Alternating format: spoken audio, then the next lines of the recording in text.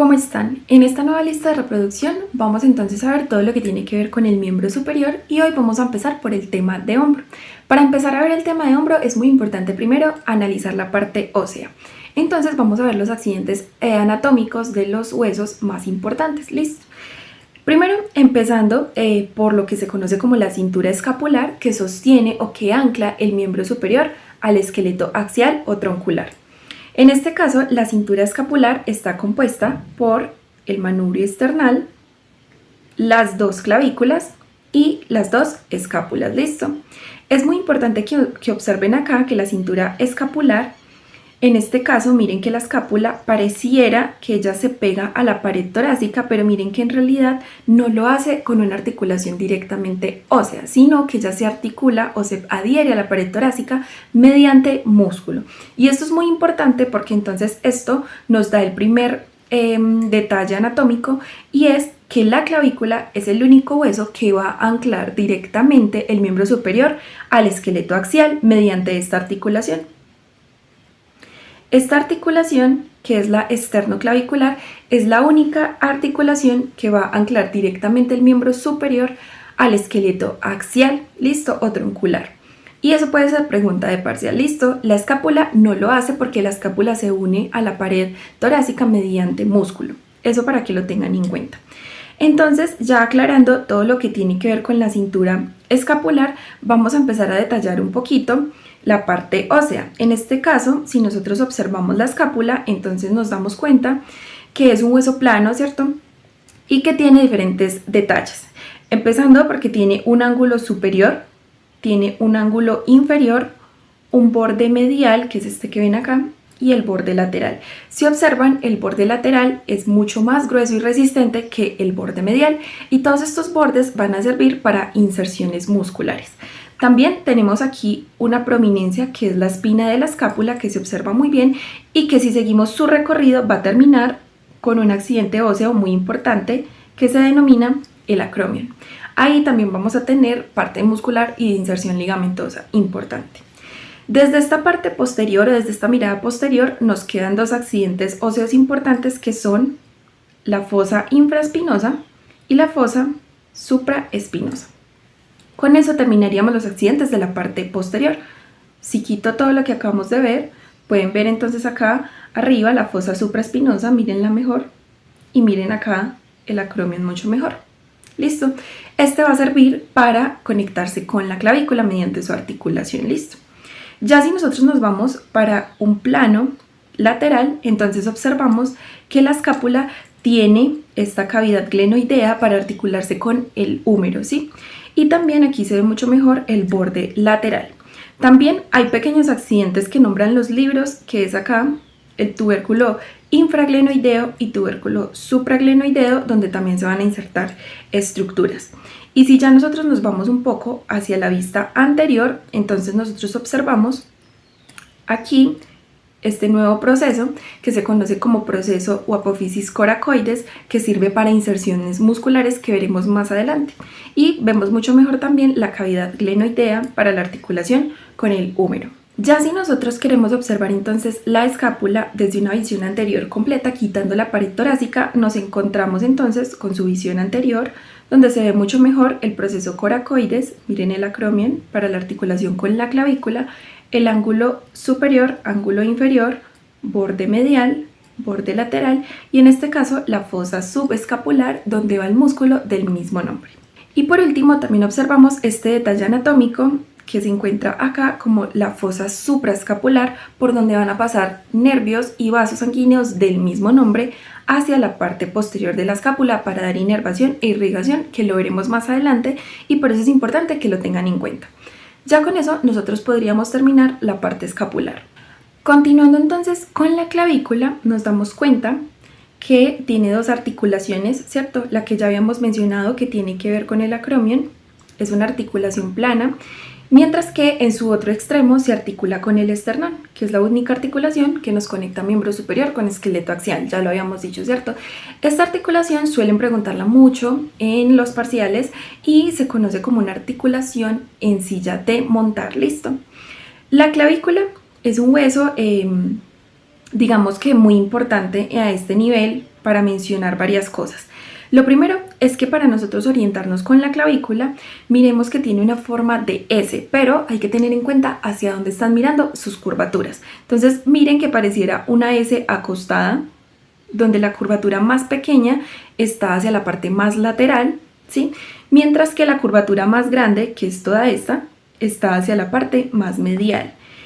En este caso, la curvatura es convexa hacia adelante, es decir, la curva está salida hacia adelante, la curva más larga y la más medial, mientras que la curvatura más pequeña es cóncava hacia adelante, es decir, está hacia adentro, si la vemos desde una vista o una visión anterior.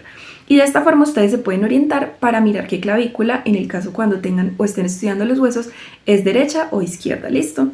De la clavícula también en este caso vamos a mencionar que tiene o da inserción para 5 grupos musculares importantes y que deben de tenerlos en cuenta. El primero de ellos es el trapecio, le sigue el deltoides, por la parte medial está el esternocleidomastoideo, que es un músculo de cuello. Por aquí nos encontramos con una inserción para el pectoral mayor y por último, desde una visión inferior, vamos a encontrar que tiene una inserción para el músculo subclavio, que es un musculito pequeño que hace parte de la pared torácica y que lo veremos más adelante. Dejando de lado entonces esos dos huesos que ya vimos, nos falta ver un pedazo de lo que es el húmero para entonces comprender toda la parte del hombro. En este caso, cuando vemos la región proximal del húmero, nos damos cuenta que, digamos, los accidentes óseos más importantes vienen a ser la cabeza, que contiene la carilla articular para la cavidad glenoidea donde se va a articular, y que al lado de esa cabeza está acá en este otro color lo que constituye el cuello anatómico del húmero. Cuello anatómico, mientras que lo que les estoy señalando en verde constituye el cuello quirúrgico del húmero. ¿Cuál es la diferencia? El cuello anatómico corresponde específicamente, el que vemos en rojo, a la parte que es el cuello, es decir, lo que sigue después de la cabeza del húmero. Mientras que la región en verde, que se le denomina cuello quirúrgico, si bien ya es parte del cuerpo del húmero, en esta región es donde más se fractura el hueso y por eso se le conoce como cuello quirúrgico y es muy importante que hagan estas diferenciaciones.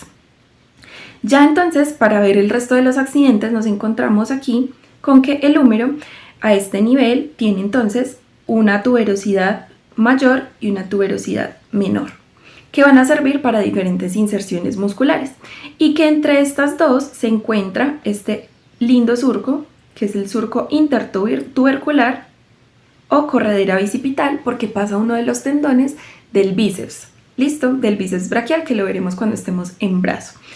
Ese es como de los accidentes óseos más importantes. Y antes de terminar, falta, digamos, un accidente óseo que también vamos a ver, y es esta corrugosidad que ustedes ven acá, que se denomina la inserción o la tuberosidad deltoidea, que es para la inserción del músculo deltoides, ¿listo? En este caso, si nos vamos un poco más hacia posterior, después de ver la tuberosidad deltoidea, vemos que encontramos este pequeño surco que es mucho más prominente en los huesos de la vida real, que es el surco para el nervio radial y que lo veremos más a profundidad cuando estemos viendo brazo. Ya con esto, entonces terminamos la parte de detalles óseos más importantes del hombro. Ya para entrar entonces a ver la parte muscular, vamos a iniciar con uno de los músculos que, si bien hace parte de dorso, también tiene que ver con el hombro. En este caso es el trapecio. Este músculo, pues como ven, tiene fibras que están distribuidas en diferentes direcciones y antes entonces de introducirnos en este estudio hay que aclarar dos cosas importantes. Lo primero, para nosotros saber qué dirección o hacia qué dirección se mueven las fibras de un músculo, tenemos que diferenciar muy bien el origen o la inserción proximal de la inserción distal, ya que no es lo mismo si fuera al contrario, si estuvieran insertados de forma contraria.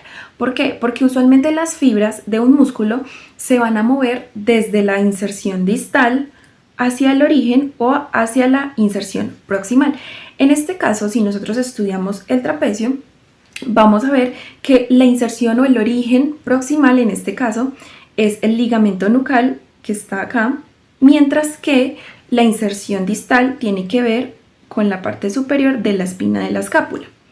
En este caso, la inserción distal es la que se va a ir hacia la inserción proximal y de acuerdo a cómo estén dispuestas esas fibras nos va a determinar cómo se mueve ese músculo y la función que cumple. Eso como primera cosa para estudiar músculos. Lo segundo es que si ustedes requieren de aprenderse la inserción y el origen, es importante que vayan, o les recomiendo que vayan haciendo una tablita de músculos en la que ustedes vayan haciendo la descripción, copien el origen y la inserción para que se lo aprendan de una forma mucho más fácil. Ya con esto entonces empecemos el estudio de los músculos. En este caso, como les venía diciendo, el trapecio es un músculo muy grande, ¿cierto? Su origen es el ligamento nucal y su inserción distal es el borde superior de la espina de la escápula. Y en este caso miren que la distribución de sus fibras, unas van en este sentido, otras van un poco más hacia abajo, hace que el músculo tenga diferentes funciones. En este caso, una de las funciones, sobre todo de las fibras superiores, es mover o en este caso elevar la escápula, mientras que las fibras inferiores lo principal que hacen es retraerla o aproximarla hacia el esqueleto axial. Ahora, la inervación de este músculo tiene que ver con un par craneal que si bien ustedes de pronto todavía no conocen los pares craneales, en este caso es importante empezar a mencionarlo y tiene que ver con el nervio craneal 11, que en este caso se denomina nervio accesorio y es el que se dedica a inervar exclusivamente el trapecio. En este caso, para que se vayan aprendiendo la inervación de los músculos, relaciónenlo en este caso con los accesorios que las mujeres utilizamos a nivel del cuello y que tiene que ver entonces con la inervación del trapecio. Cuando nosotros quitamos entonces la visión del trapecio, nos vamos a encontrar que por debajo de este se encuentra el músculo supraespinoso, que ya lo vamos a estudiar mejor en un momento, pero es para que tengan claro que cuando estén en sus prácticas de anfiteatro, el primer músculo que se van a encontrar es el trapecio, mucho antes del músculo supraespinoso, que sí está directamente en la fosa supraespinosa. Pero antes de ver el supraespinoso, vamos a terminar de ver esa primera capa superficial que también está al mismo nivel del trapecio y es, en este caso, el deltoides. Este musculito, que también viene en la misma capa, tiene su origen aquí en la fosa, en la región inferior de la espina de la escápula y su inserción distal, como ya lo habíamos visto en la parte ósea, en la tuberosidad deltoidea, que la pueden ver mejor cuando nosotros retiramos u ocultamos este musculito. Entonces, si nosotros movemos esta estructura y ocultamos el músculo, miren acá la tuberosidad deltoidea de la que tanto habíamos hablado, ¿cierto? La función entonces de este músculo deltoides tiene que ver con la abducción del miembro superior, o en este caso del brazo. Pero esa abducción no es en todo su ángulo. El músculo deltoides ayuda en la abducción del brazo después de los 15 grados de elevación o que ya lleva de abducción. Ahorita, en unos momentos, vamos a ver quién hace los primeros 15 grados. Es importante entonces que aprendan esta función, que el deltoides es el músculo que hace la abducción después de los 15 grados. ¿Listo? Ya con esto entonces podemos ver la siguiente capa muscular. Una vez retirado entonces el deltoides, nos vamos a encontrar con el resto de músculos escapulares y que en este caso ustedes de pronto ya deben de conocer como los músculos del manguito rotador. El manguito rotador es un componente muscular, es un conjunto muscular que permite la movilidad de la articulación del hombro. Ustedes escuchan la lesión del manguito rotador y compromete entonces seriamente la movilidad de esta articulación. El manguito rotador está entonces compuesto por 4 músculos principales. El primero de ellos es el músculo supraespinoso, le sigue el músculo infraespinoso, el redondo menor y otro músculo que tenemos en la cara anterior que es el subescapular, este de acá. Esos son los 4 músculos del manguito rotador y suele ser la pregunta clásica de parcial. Ahora vamos a empezar a estudiarlos uno por uno y empecemos desde la parte posterior. Cuando nosotros nos venimos hacia la región posterior, como les decía, quitamos trapecio y nos encontramos con el músculo supraespinoso.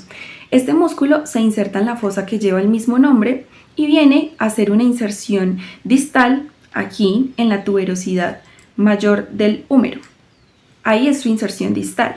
Ahora, ¿cuál es la función del músculo supraespinoso? Principalmente hacer la abducción del hombro o del brazo en este caso. Esa abducción tiene que ver principalmente con los primeros 15 grados, que eran los que le faltaba a la acción del deltoides. Entonces ahí ya está la función completa. Los primeros 15 grados los hace el músculo supraespinoso y el resto lo hace el deltoides. ¿Listo? Para que lo tengan en cuenta. La inervación del músculo supraespinoso va por el nervio supraescapular, que es una rama del plexo braquial que veremos después. Y ese mismo nervio también se encarga de inervar al infraespinoso, para que lo tengan ahí de una vez en cuenta. Ya pasando entonces al estudio del infraespinoso, es un músculo que su origen tiene que ver con la fosa infraespinosa y la inserción distal también va en la tuberosidad mayor del húmero. Este músculo, aunque con los del manguito rotador todos tienen que ver en general con la abducción, él ayuda más que todo en la parte de la rotación lateral. Es decir, si ustedes en este momento observan las fibras del músculo, cuando se contrae en esta dirección, lo que hace es que el húmero rote en este sentido. Y eso permite una rotación lateral. ¿Listo? Lo mismo o parecido hace el siguiente músculo, que es el redondo menor, el otro músculo del manguito de los rotadores. En este caso el redondo menor, si ven, tiene que ver una inserción sobre todo del borde lateral de la escápula, aquí, y su inserción distal también tiene que ver sobre todo con la tuberosidad mayor del húmero, en esta región. Este músculo también se encarga de hacer rotación lateral, porque miren la disposición en la que están las fibras, haciendo que rote lateralmente el húmero. En este caso, este músculo ya no tiene inervación por el supraescapular, sino que va por un nervio circunflejo que llega de esta zona de acá, de este triangulito de ese vacío que ven acá, y lo inerva, que después veremos también de quién es rama, pero para que lo vayan teniendo en cuenta. Por último, en esta región tenemos que abarcar también este musculito que ven acá, que si bien no hace parte de los manguitos rotadores, es importante verlo porque está en esta región y también nos va a servir como límite anatómico más adelante y se van a acordar. En este caso tiene que ver con el músculo redondo mayor. ¿Listo? Ya no hace parte del manguito de los rotadores. El redondo mayor tiene una función contraria a la que acabamos de ver en los músculos anteriores. Si ven, el origen de este músculo tiene que ver con el ángulo de la escápula y la inserción distal, aquí es donde viene lo interesante, la inserción distal de este músculo tiene que ver o se viene casi hacia la región anterior. Si nosotros ocultamos entonces los músculos del brazo, vemos como el redondo mayor, que es este que viene acá, viene a hacer una inserción anterior a este nivel. Eso implica que el músculo se va a mover en esta dirección, pero al moverse en esa dirección nos está diciendo por su inserción que ya no va a ser la rotación lateral de la que hablábamos en los otros músculos, sino que por el contrario, miren lo que va a hacer. Él va a hacer esto, haciendo una rotación medial del húmero, ¿listo? Que es la función opuesta a la que ya habíamos visto. En este caso, el redondo mayor va inervado por una rama del nervio subescapular. A este nivel anterior de la escápula vamos a hablar de nervio subescapular. También lo vamos a ver por allá originándose de algunas ramitas del plexo. Lo veremos más adelante, pero para que lo vayan teniendo en cuenta. Estos dos musculitos, tanto el redondo mayor como para el que ya vamos a pasar, que es el subescapular, van inervados por un nervio del mismo nombre, nervio subescapular, ¿listo? Ya entonces, para terminar con el último músculo de esta región, vamos a hablar del subescapular. Este músculo entonces es el último músculo del manguito de los rotadores. Miren que en la inserción proximal o el origen tiene que ver con toda la fosa subescapular, ¿cierto? Y su inserción distal tiene que ver con el tubérculo menor del húmero. Este músculo también tiene que ver sobre todo con la rotación interna. Miren la disposición de las fibras y miren la dirección entonces en la que nos gira el húmero. Y en este caso, como les decía, la inervación va dada por el nervio subescapular. Si bien entonces ya terminamos los músculos propiamente de hombro, quiero mostrarles en esta visión anterior músculos con los que igual se van a encontrar en el cuerpo y que vamos a empezar a desglosar cuando empecemos a hacer el recorrido por capas. El primero de ellos es el pectoral mayor, ¿cierto? Que hace parte como tal de pared torácica, pero que cuando nosotros lo retiramos nos encontramos directamente al pectoral menor, que es este que ustedes ven acá.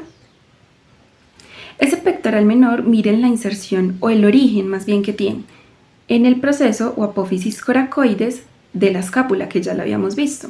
Ese es uno de los tres musculitos que tienen su origen o su inserción, porque vamos a ver que es diferente, en ese punto. Y cuando nos encontramos ya un poco más a profundidad quitando el pectoral menor, vemos entonces desde la región anterior este musculito de acá, que es ese músculo subescapular, listo. Ocultando el deltoides, miren cómo vemos ahí la inserción distal del músculo subescapular, que ya lo habíamos estudiado. Y ya con esto entonces nosotros podríamos terminar como el estudio completo que tiene que ver con la parte muscular. Ya para ver entonces la parte vascular, primero vamos a ver la vasculatura central desde donde se origina la irrigación y hasta donde llega el drenaje venoso finalmente, ¿listo? Porque es muy importante que ustedes describan, cuando los pongan a describir la irrigación o el retorno venoso, desde el comienzo y hasta el final. Todo empieza y todo llega nuevamente al corazón, por eso tenemos esta visión de este cuerpo. Vamos a retirar entonces el esternón y cuando lo retiramos entonces vemos el corazón con los vasos principales que están ocultos en este momento. Aquí nosotros tenemos entonces al callado aórtico, que es el que sale con la sangre oxigenada desde el ventrículo izquierdo, y desde ahí vamos a empezar la irrigación. El callado tiene 3 ramas principales, que son la primera, el tronco brachiocefálico. El primero en amarillito es el tronco brachiocefálico. En este caso, la segunda rama constituye la arteria carótida común izquierda, que se va para cabeza, cuello y cabeza del lado izquierdo. Y la última rama que ustedes ven en amarillo de este lado, casi hacia atrás, es la subclavia izquierda. ¿Qué sucede acá? En la descripción es importante tener en cuenta ciertas diferencias entre la irrigación del miembro superior izquierdo y del derecho. ¿Por qué? Porque miren que para el lado derecho nosotros arrancamos con el tronco brachiocefálico. En este caso, ese tronco brachiocefálico después se va a dividir en la carótida común derecha y en la subclavia derecha. Miren que estas dos arterias no parten directamente del callado como si lo hacen las del lado izquierdo. Si ustedes ven ahí la subclavia derecha, la vemos desde un punto o desde una visión superior, vemos que ya pasa por detrás de la vena, que en este caso es la vena subclavia. Mírenla ahí. Voy a retirar la clavícula para que se vea un poco mejor. Y ya retirando la clavícula, entonces ahora sí vemos los 2 vasos importantes. En este caso la subclavia derecha va posterior a la vena subclavia. Y como ven, ya cuando nosotros vayamos a hacer el resto del recorrido para la irrigación del hombro va a tener que ver con la subclavia, ramas que salen directamente de la subclavia, y con la axilar.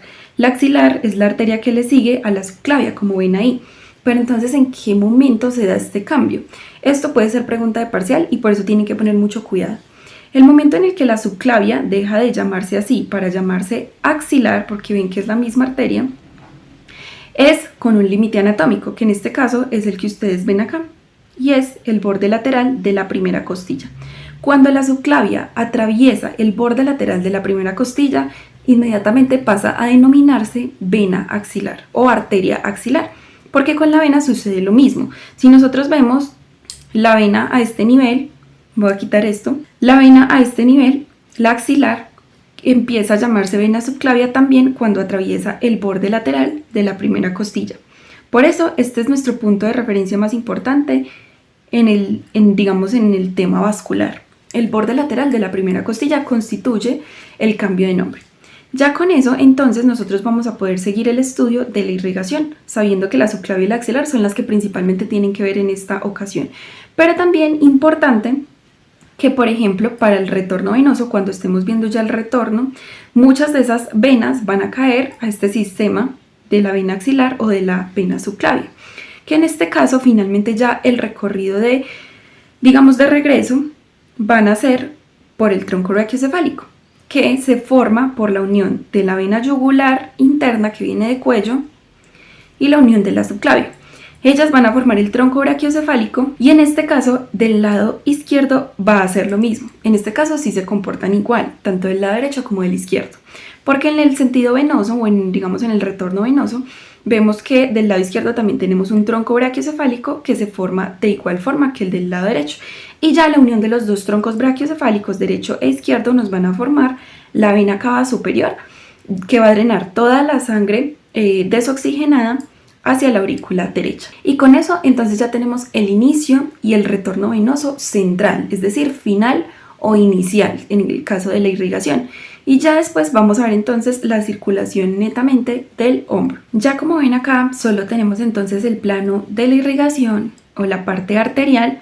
Y en este caso entonces vamos a ver las arterias principales. Empezando primero por esta que ustedes ven acá, vamos a empezar desde el plano superior. Antes de irnos para las ramas que se desprenden del axilar, vamos a ver las que se desprenden de la subclavia. En este caso miren que quitaron la subclavia, solo tenemos esta de acá que es la axilar. Pero estas ramas superiores que ustedes ven acá la arteria supraescapular, y esta que se va hacia posterior, que es la dorsal de la escápula.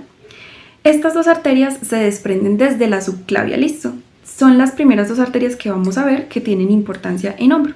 En este caso, la dorsal de la escápula, miren que es una arteria que se va por todo el borde medial de la escápula, y cuando llega abajo se va a anastomosar con otra arteria que vamos a ver más adelante.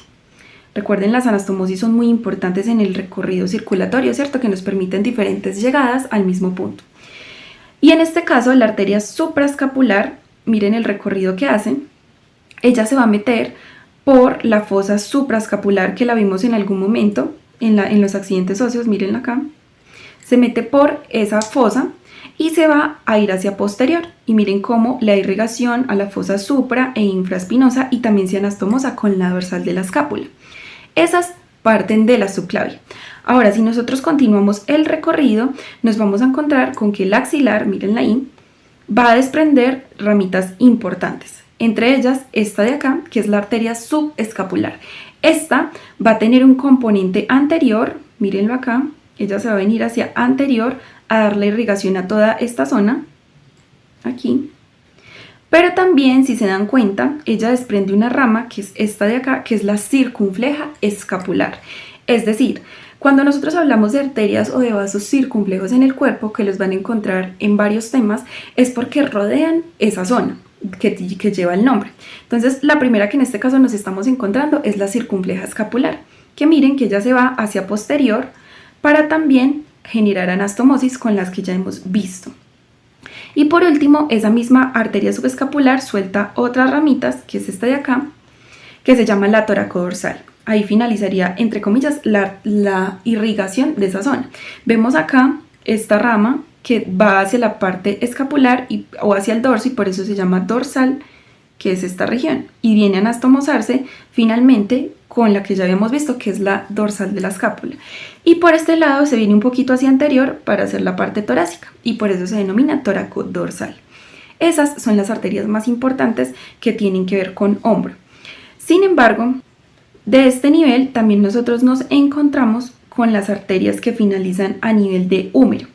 Y miren acá que también se desprenden de la axilar. En este caso, unas que de pronto no vamos a nombrar tanto, que son las toracoacromial, hay ramas superiores e inferiores, ¿cierto? Pero miren estas de importancia clínica relevante, que son, aquí salen del axilar, y en este caso tiene que ver con la circunfleja humeral anterior, que es esta, que se viene hacia anterior y rodea el húmero, miren. Y por la parte posterior se viene la circunfleja humeral posterior, y también se anastomosa con la anterior. Esas dos arterias se desprenden de la arteria axilar y son muy importantes clínicamente. Después veremos el porqué, para que las tengan en cuenta. Con eso, entonces, finalizaríamos la irrigación o el recorrido arterial. Ya para el retorno venoso, en este caso se vuelve un poco simple, debido a que las venas se devuelven en el mismo sentido que veníamos, solo que ya al contrario, ¿cierto? Y con el mismo nombre usualmente de los vasos que ya vimos. Entonces, en este caso, empezando desde la parte más distal que ya veníamos viendo, aquí hay una circulación doble que nosotros vamos a ver cuando veamos completamente la extremidad, pero que en este caso no vamos a mencionar. ¿Listo? La voy a retirar, ya que es un componente que vamos a ver después. Entonces, en este momento ya retiré esas venas del drenaje superficial, porque estamos viendo netamente el drenaje de hombro. Y en este caso, entonces, nos vamos a devolver en el mismo sentido. Miren, las venas circunflejas humerales anteriores y posteriores se devuelven en ese mismo sentido y van a drenar en la vena axilar. Esa por ese lado. Las toracoacromiales igual, mírenlas ahí. Y ya el otro componente venoso que nosotros estábamos viendo, digamos de este lado de las subescapulares, se devuelven en el mismo sentido, la toracodorsal, la circunfleja escapular, y drenan en la axilar a este nivel. Y con las otras dos que nos faltaban desde la parte posterior, entonces vemos la circunfleja, ya la habíamos visto, acá la vena, ¿cierto? Esa. Y vemos la dorsal de la escápula también yéndose hacia superior junto con la supraescapular, mírenla ahí, para caer finalmente en la subclavia. Y ya como lo habíamos visto anteriormente, la subclavia forma con la yugular interna el tronco brachiocefálico derecho, se une con el izquierdo, forman la vena cava superior y llegan entonces a la aurícula derecha del corazón, y esa sería la parte circulatoria. En este caso nosotros no habíamos visto estos espacios que aparecen acá con la parte muscular, que en este caso el primero que les estoy señalando ahí tiene que ver con el segmento cuadrangular, por donde pasan, si quito el marcador, ven ahí, donde pasan los vasos circunflejos humerales posteriores, mírenlos ahí. Por ahí pasan y son zonas, digamos, muy importantes porque por ahí también, acompañando a los vasos circunflejos, va a pasar el nervio axilar, que recuerden que inerva al deltoides. En este caso, como el nervio también viene por ahí, puede comprometerse cuando estos músculos se hipertrofian o se crecen mucho y puede generar un dolor o un debilitamiento, por ende, del músculo por la compresión nerviosa. Asimismo, cuando hay una fractura a nivel del cuello quirúrgico del húmero, como ya lo habíamos visto, en este caso, aquí, miren los vasos que se van a comprometer, son los circunflejos humerales, listo. Así como también se puede comprometer el nervio. Otro de los espacios entonces que vemos a este nivel muscular, este es el segmento triangular, que así se denomina, donde como ven pasan los vasos circunflejos escapulares. Ahí ven la arteria y el nervio. La arteria y la vena circunfleja escapular, que ya la habíamos visto, en el segmento triangular. Esto es de una visión un poco inferior, ¿cierto? Porque miren que aquí no se ve mucho en el componente netamente posterior, sino que tenemos que irnos un poco hacia inferior. Y el último segmento con el que tenemos que, digamos, acordarnos de esa relación es este intervalo triangular, mírenlo acá, que tiene que ver ya con el tríceps, que lo veremos en brazos, ¿cierto? Sin embargo, aquí voy a retirar el tríceps para que ustedes vean este espacio mucho mejor. Aquí ya nosotros, después de haber retirado el tríceps, vemos cómo ese segmento triangular también es muy importante por el paso de estas estructuras, que principalmente se ven acá. En este caso la tapé un poco, mírenla acá. Mírenlos acá. Que son los vasos o la arteria braquial profunda, que también viene acompañando al nervio radial. Recuerden que por acá nosotros nos habíamos encontrado con el surco para el nervio radial, que iba en esta zona, ¿cierto? Y por ahí mismo entonces viene el nervio radial acompañando a la arteria y venas braquiales profundas, que son estas que estoy tapando. Y por eso ese segmento triangular también es importante tenerlo en cuenta. Desde la visión anterior vemos también cómo entonces los vasos tienen relación con esos espacios que ya habíamos visto, y vemos claramente cómo es la relación también con los vasos axilares, que veremos mucho también cuando estemos viendo la parte de brazo. Y miren también entonces estas venas que les había retirado para evitar confusiones, las pongo en verde. Mírenlas acá, que hacen parte de un drenaje superficial que veremos más adelante, pero que miren que también termina drenando en el componente axilar, listo. Entonces esas venas y arterias axilares son muy importantes porque ya tienen que ver con la mayor irrigación que vamos a ver en miembro superior. Ya por último, entonces, cuando agregamos la parte del sistema nervioso, vamos a estudiar los nervios más importantes que vimos, y la mayoría se van a desprender del plexo braquial, que estudiaremos más adelante. Por eso, por ahora, solo veremos entonces los ramos. En este caso, el primero que estamos viendo aquí es el nervio supraescapular, que es el ramo del plexo, ¿cierto? Y se los muestro ahí desde esta visión anterior, porque quiero que noten cómo el nervio pasa por debajo de la fosa supraescapular. Mírenla acá. Él pasa por debajo. Esa fosa tiene un ligamento supraescapular, y en este caso los vasos supraescapulares pasan por encima del ligamento, listo, como para que lo tengan en cuenta. Él se va a ir entonces hacia la parte posterior para hacer la inervación de lo que tiene que ver con el supraespinoso y el infraespinoso, listo, para que lo recuerden ahí. Ese es el primer nervio entonces que estudiaríamos de importancia, ¿cierto? Y que va a pasar por la fosa supraescapular. Otro de los nervios importantes que también vemos acá, si bien ustedes ven mucha red nerviosa, aquí también se observa un poco la red linfática, que veremos un poquito ahora. Ven estos pequeños nervios que están acá, que tienen que ver con los supraclaviculares. Muchas de las ramitas que se van desprendiendo entonces del plexo, pero que en este caso los que cobran más importancia son los que mencionamos anteriormente en la parte muscular. Ya vimos el supraescapular. Por aquí más abajo entonces tenemos el subescapular. Voy a retirar toda esta red para que se vea más claro. Y ya cuando retiramos entonces todo eso, les señalo aquí el nervio subescapular, que tiene ramitas inferior y superior, ¿cierto? La superior es esta rama que ustedes ven acá, va principalmente para el subescapular, que lleva el mismo nombre, y la inferior es esta que estaba señalada acá, que recuerden que también es el nervio subescapular, inerva al redondo mayor, ¿listo? Que se ve ahí en esa visión anterior. En esta visión, desde la parte posterior, ven algunos nervios que son superficiales, principalmente cutáneos, ¿cierto? Que también son ramas entonces de plexo, pero si nosotros entonces nos vamos a estudiar netamente los nervios que tienen que ver con la parte motora, vamos a retirar el deltoides para que observen el otro nervio. Y en este caso, entonces observamos esta rama de acá, que es el nervio axilar.